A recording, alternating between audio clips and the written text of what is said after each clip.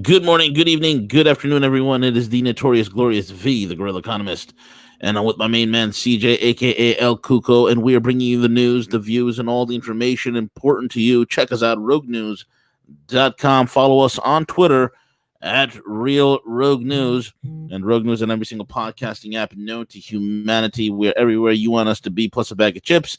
They might not all be updated, but hey, we're working on it. Okay, give us some time. We're like a three-man operation here.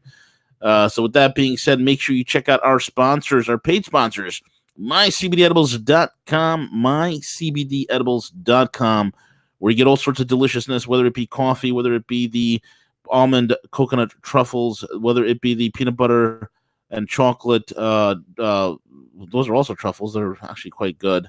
Or doggy treats, whatever you want it to be, you have it there on mycbdedibles.com. Also, the clouds. If you're into vaping, we have our Clouds by Design, which is designed by and flavored by a Michelin star chef. Everything from blueberry cheesecake to strawberries. I mean, you name it, man. It is absolutely delicious. They even got a Fruity Pebbles one if you're into Fruity Pebbles. So check it out. MyCBDedibles.com has links over there. And, of course, join the Patreon. The Gorilla breaking it down like nobody can. Today, I will be breaking down a special, very exclusive report on my Patreon about what is really happening with the play-by-play. All my Patreon members have the finger on the pulse, thanks to yours truly. With that being said, Siege, what's going on, brother? Hey, good morning, B. Doing great. It is a nice little rainy day, and unfortunately, there's a cold front moving in, B. So, yeah, but geez, man. It is what it is, man. But otherwise, I'm doing great. How you doing? I'm doing good, man. I'm doing quite good. I still haven't ordered my winter tires yet, so I'm been so lazy on that. I gotta get the ball on that because now they're talking about snow in the Midwest and whatnot. So it's only a matter of time. It's only a matter of time. William Latin says, "Where's W? He's coming, man. Hold on. He's coming. I'll probably have him on Thursday." Okay? A very busy man sailing all throughout the world. W has this big ass boat, and he just literally just. He takes it from Seattle, goes all the way to Vancouver, or he's out in British Columbia with it. It's just he's all over the place. I mean, what do you do? The guy's retired, former government spook, and that's what he does. He drives classic cars and he's on a boat. Kind of reminds me of some sort of a real life James Bond in some way, like a retired James Bond. So what do we do? So anyway. Lots of cool things going on, man. I think this weekend everybody's getting ready for that big fight. I can't wait to see that. Nick Diaz and Jorge Masvidal. I cannot wait. Yeah, it's just one of those fun fights. It's they called each other, not really called each other out, but it's two original gangbangers that grew up on the streets fighting, turned into profession, career. So it's just one of those fun fights to watch. So I'm excited for it. Nate Diaz has been completely cleared. From the governing body that said that there were trace of some type of a substance, whatever, which I think it was just a false test. And he did the right thing by, just coming out and saying, you know what, screw you. That's just his attitude, right? He's like, F you, I'm not going to show up in New York unless you clear me to fight. So do that shit now. That's what I love about the Diaz brothers. That's what I love them. Good stuff, man. Anyway, Siege, apart from that,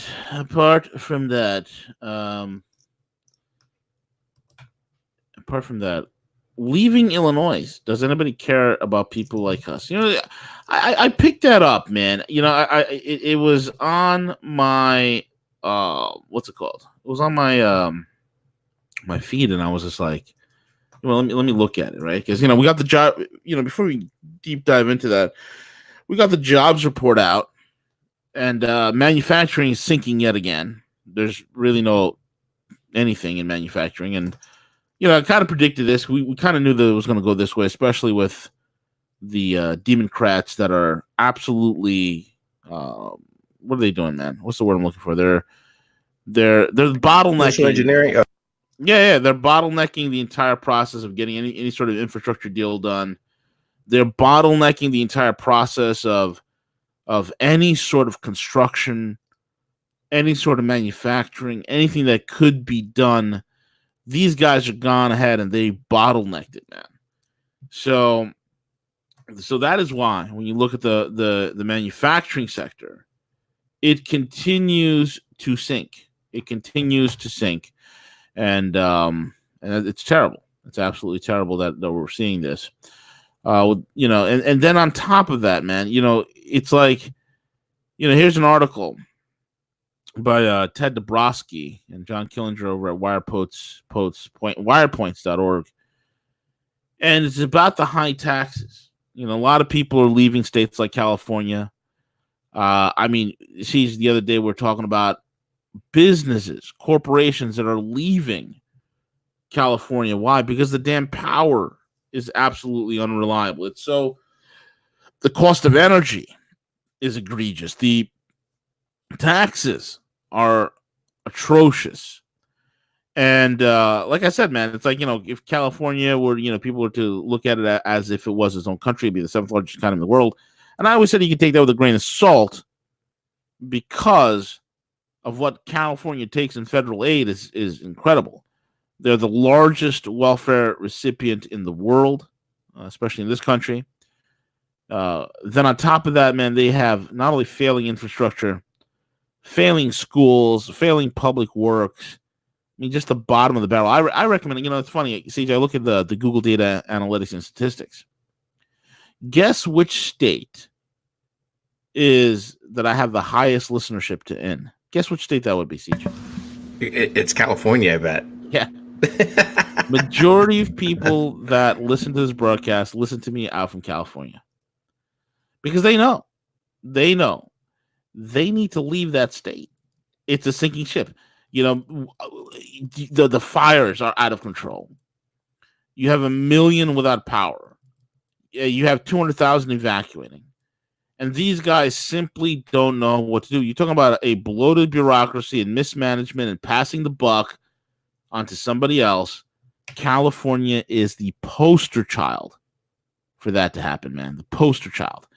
So when you look at that and you look at every other Democrat-controlled bastion that's been ruled by the Democrats for so many decades, it transitions. It transitions from a fruitful and viable state into something that becomes a failed state. It becomes a bloated bureaucracy. We've seen this with CalPERS, the California pension fund system that's completely bankrupt, has no money whatsoever, paying out IOUs. And we're seeing it all throughout other Democrat strongholds. And people like to harp on California, but you got to remember where the first grand city to fall in this country because of the Democrats was Detroit, Michigan. Detroit, Michigan was a case study in Democrat rule. And granted, there's a lot of Republicans that played a hand in the role of having, a lot of the corporations offshore themselves. But I'm talking about local politics. Detroit is still a crap hole. And then you look at places like Illinois and New York. Same thing. Same thing. Don and Paul Parker are in your typical series. They lived, I don't know what's wrong with these people. Don and Paula Parker. After living 20 years in Florida, they retired in Illinois. Are they on crack? The Parkers were raised in Rockford, Illinois. Don ran a house painting business in the Rockford area for many years while Paula worked in an unemployment office. In their late 30s, they moved to northern Wisconsin, where Don was in law enforcement. 15 years later, they moved to Florida, where Don was self-employed as a handyman and Paula worked in full-time healthcare. When it was time to finally retire, they came home to be near to family. In 2016, they left sunny, beautiful Florida for a place in Poplar Grove, Illinois, just outside of Rockford. Now, 3 years later, they're experiencing buyer's regret. Of course they would be. Not because of the weather, but because they don't know if they can afford to stay in Illinois.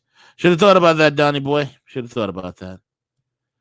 Don reached out after attending a town hall in Rockford where WirePoints and the union-backed CTBA debated Governor J.B. Pritzker's proposed progressive income tax. It's very progressive.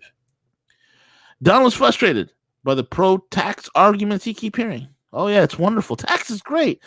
Anybody who thinks that government creates jobs just simply does not understand economics 101.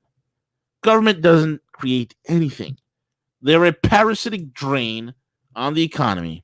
They're a parasitic drain on your life. Now, when we met Don, I met with him. Became very obvious that he follows closely what goes on in the state house. He pulled out a long list of tax hikes that the state and his local governments are planning. He opened up with Illinois' recent 19-cent gas tax hike and then proceeded to reel off the rest of them. Listen to this, CJ. Reminds me of New Jersey in some way because, New Jersey instituted a few of these taxes as well. Listen to this. Talking about a bag tax. You want a plastic bag, you're going to get taxed additional if you get your groceries.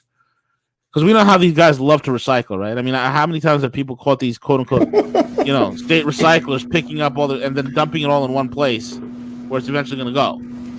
It's ridiculous. Then we have a progressive tax. We have a rain tax. Oh, yeah, you're probably wondering what a rain tax is. In places like New Jersey, then my next door neighbor in New Jersey, the next state over here, when it rains, they get taxed more. So if you're in Jersey, you are praying every day that it's a drought. Okay, you get taxed when it rains. How stupid is this? You get a mileage tax when you. I don't know how they back that up. I don't know how they back that up. I don't know how they even track a mileage tax. What do they do? And so they have the mileage tax. Then you have a TV tax. What do? They tax you for watching television. Now, it's true. Sony PlayStation was launching their PlayStation Online services. And if you're in Chicago, you are taxed for using your PlayStation, your Xbox, your Netflix. There's a streaming tax that these mavens have introduced. Okay? There's a beer tax. There's a tobacco tax, a farm tax, a parking tax, a car trade-in tax. When you trade in your car, you got to pay a tax. Dude, this is so stupid. It's so stupid. Any which way, these evil curmudgeons who can't balance a budget, if somebody were to pull a gun to their head, CJ, and threaten to pull the trigger, they cannot even balance a budget, but yet they're willing to take more and more out of your pocket. How is any of this beneficial, bro? Yeah, no, you nailed it, V. You're exactly accurate in terms of the it's really debt enslavement, tax enslavement that's occurring in several of these states, and it did begin with the whole process of the state, the nanny state, trying to implement all these social programs of. I get it. I completely get it. There was, great conversation, great debate. I can't remember where it was the other day in regards to, social programs and welfare. And V, I think we've said this before that, that for the most part, I think that most nonprofit organizations or communities can probably do more to help within their communities more than the federal government. And unfortunately, when federal governments get involved, it becomes corrupt. And we're at this point now where I remember specifically whenever I worked with a CVS pharmacy during the time period, and we got work opportunity tax credits, and those are where you take someone from that's been on welfare, whatever, and you put them to work, and it helps companies because they get tax credits for those types of things. But you would not be surprised how many times these mothers, these moms, these single moms who were trying to do the right thing by getting a part-time job, getting back to work. And lo and behold, V, what happens is then they get a letter from the state stating, hey, you're making an income now, so we're going to stop paying for child support. We're going to stop paying for this. And so they're incentivized not to work. They're incentivized to stay home. And what happens? They quit their job because they don't want to lose those social benefits. And people dare to ask, well, what's wrong with the system? Why it's broken? It's because, unfortunately, and I don't have any studies or any proof, and I've challenged others in regards to welfare and how in America it's become generational. It gets passed from one because that's the culture, what you mentioned, V, that of acceptance that they get used to people taking care of them. And that's what happens. Look in Venezuela, several of these third world countries where the government tries to create this utopia of taking care of everyone, and it just doesn't work. And these states are perfect examples of that. It's absolutely ridiculous, man. And it's like, they're driving out productive people. They're driving out production from their states, and they do, they can't put two and two together. If you make it impossible for people to be productive, people will leave. It's Gresham's law, man. Money goes where it's treated well. Money goes where it's treated well. And there's a reason why places like New York, which loses about 150,000 people per year, to the point where we are having budget shortfalls. We can't meet the budgets. Why? Because they are taxing everything to oblivion. There's no accountability. Nobody knows where any of the money's spent. Everybody is at a complete loss. There's a congestion tax. There's a gasoline tax. They want to tax. They want to have internet sales tax. I mean, the stupidity. The stupidity is incredible, man. It's absolutely incredible. It's like, they want to come out with a new type of internet tax for New Yorkers. Well, I can just go hop across to New Jersey, get like a P.O. box over there and have everything rerouted to there and pick up my packages there if that's what it needs to be. It's just ridiculous. A rain tax? Really? I'm going to get taxed more when it rains?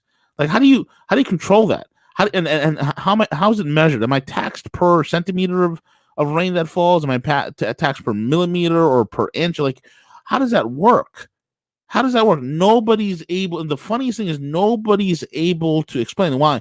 Because what happens is and I say this again, folks, every single time and time again, what happens is when you have government that gets so big, that gets so bloated, so bureaucratic, it attracts the lowest level IQ idiots. Okay, it attracts the bottom of the barrel, and these are not people that have real creative, intelligent ideas on how to make things. No, the intelligent people don't go seek government. Okay, normal, healthy, functioning human beings do not go seek government service. No, they'd rather go either start a business. They'd rather have a really good, solid career in the private sector. But look at where we are. We are a bloated government. We're a bloated bureaucracy, and every single banal, carnal, criminally minded individual is at the helm trying to figure out some way to fleece you. It's so stupid. It's so stupid. Yeah, it is. And the reality is that, this is happening in a lot more communities, but unfortunately it's kind of masqueraded over, if you will. Not that I'm a makeup user. But anyway, and why I say that is because I think in terms of the tax base that's there to help offset those, it'd be very interesting to take a look at percentage of taxation and divided by whether it's a household income or by population, broken down by city, to see exactly where those areas are. Like, for example, where I live, perfect example, Carmel, Indiana, the last several years rated one of the best cities in America, like the last 3 years. And they've done a lot to work on the infrastructure, the education, the public education here is dynamic. The parks and recreation, they've worked very hard to create a very livable community that's very enjoyable. So, but however, on the flip side of that, we do have a city council who is kind of hell bent on a business development subgroup that works separately from the city council, and they have the perception that it's the city's role to develop these business areas, and they are accumulating some debt in doing so. But however, because that debt, and you break that down by the demographics of Carmel and the amount of income and tax base, you wouldn't be able to do those things like a city of Chicago or someplace like that where it's overburdened. So in the future, what happens when that tax revenue is not there? So I think the whole concept around taxation is theft. We definitely could potentially discuss and debate that. I follow more, and I've kind of even debated this a little bit with like the minds of Jeff Burke a little bit, that I believe that in terms of taxation, it's more that taxation should be voluntary. If you voluntarily allow yourself to either live in those areas or and not understand that those are the taxes being paid, it's voluntary. You choose to do that. It's not that it's theft. It's that you choose not to go live in a state that doesn't have income taxes or things of that nature. So again, the whole idea around government is this cure-all. The federal government should be taking care of everyone. The federal government should be and state government should be creating business development in all these areas, and these states in part are a perfect example where there is going to be increased taxes.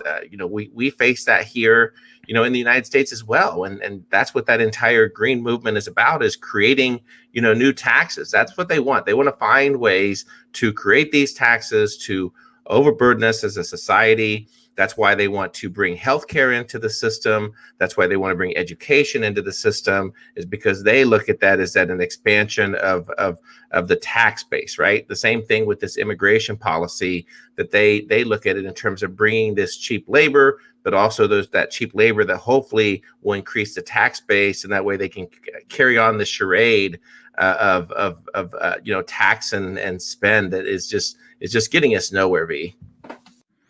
The worst part also is that you have states that, like New York, that understand that it's that people are leaving, the tax base is shrinking, so now they're making it impossible for their residents in order to relocate.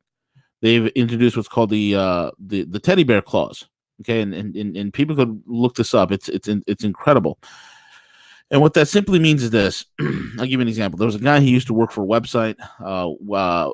It's a web-based company. It was an executive in New York, and he got a job offer from another company in Dallas, Texas. So he moves to Dallas. He's been living in Dallas for 2 years. Okay, he's vacated the premises, so to speak, right?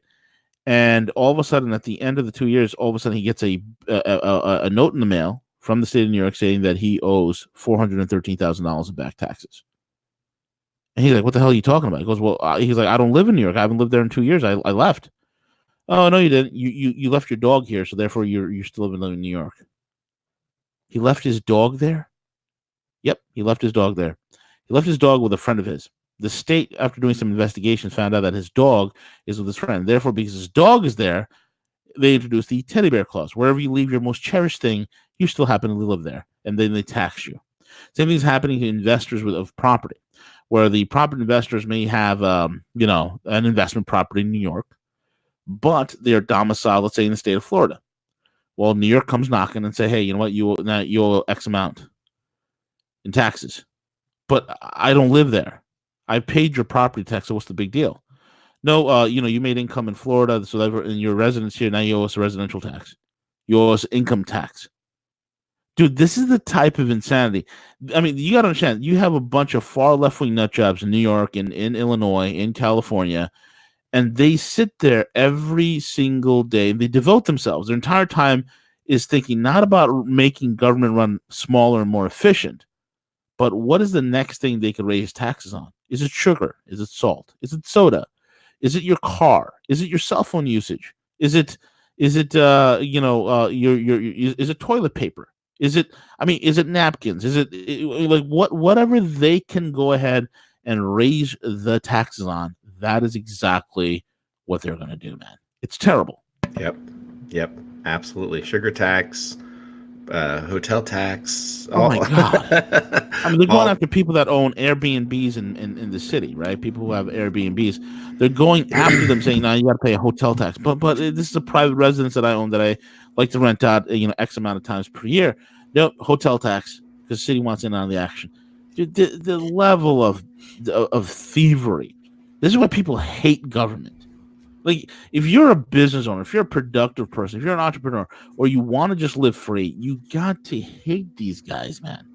I mean, it sickens me. I feel nothing but hatred and bile in my stomach and in my core for these individuals, man. It's unreal.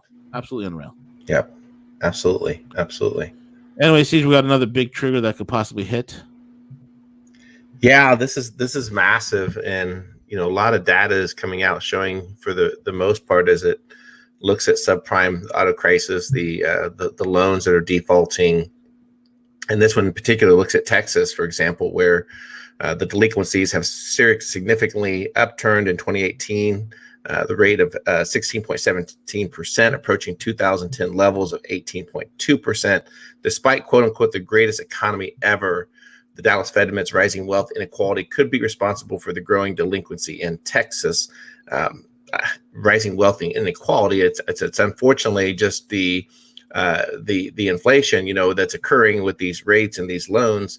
And B, there's one statistic that I don't think it listed in this article that's showing that for the most part, any and every almost automotive company, mostly American made, that any of their growth right now that they're experiencing is primarily due to fleet vehicles and everything. It has little to do with the individual purchaser anymore, and the entire market is just kind of flipped upside down. But this is very alarming. We're going back to that point back in 2008, 2010 when these loans defaulted, and it's just another indicator of the challenges that's occurring out there for the majority of the middle class. V.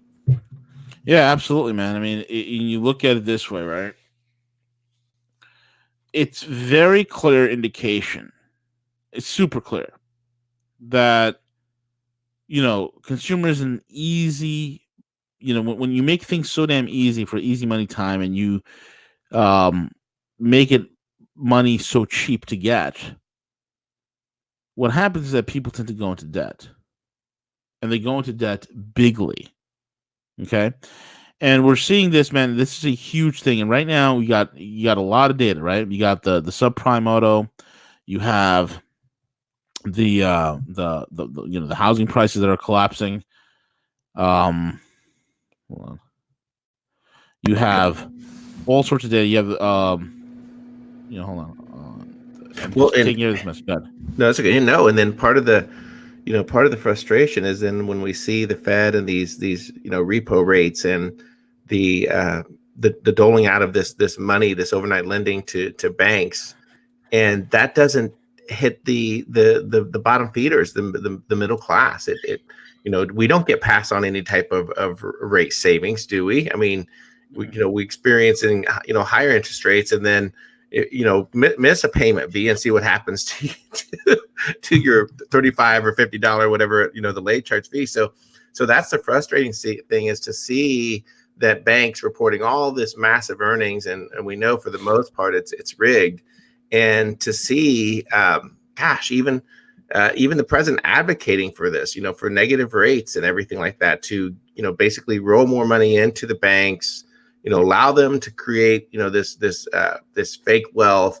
And in the meantime, it doesn't get dispersed. It doesn't get, have we received a federal notification that they're going to reduce all loan rates currently by 5-8%? Do we receive any of that information, that data? No. And in part, that's what people are getting frustrated about. That's why, again, the wealth disparity, the income disparity here in the United States is a real thing.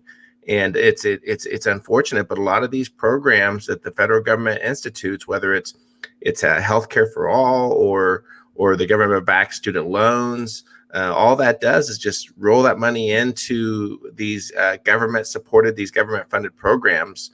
And why you continuously say this every year, that unfortunately it's the reality that the middle class are the suckers. It's so much truth, V. Absolutely right, man. Absolutely right. Folks, that's about the end of the show. We covered all the major things. Again, it's a pretty tepid economic report. Not surprising when you consider all the things that are still systemically wrong. Some of the biggest population states are still under high taxes, negative growth. I mean, you name it. Hopefully things will change around, so we'll see what happens, man. Yeah. With that being said, be real quick too, and if you're going to cover it on the Patreon, let me know. But maybe we can have it for tomorrow. But the crazy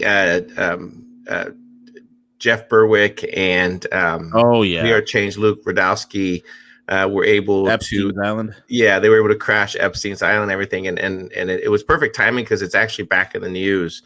One of the, I can't remember what the specific, whether he's a forensic expert or whatever his role is, but he was actually on Fox News this morning breaking down that said that Epstein did not commit, which we all knew, did not commit suicide, that all the autopsy information from what he has seen was a clear sign of strangulation, of some type of murder.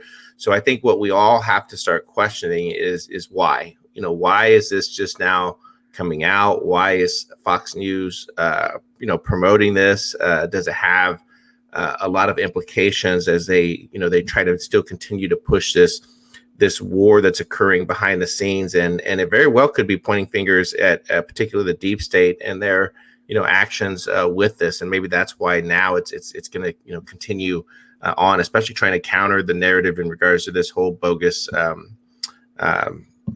impeachment inquiry. Dude, we definitely got to cover that tomorrow, bro. Definitely. Sounds good, man. All right, buddy.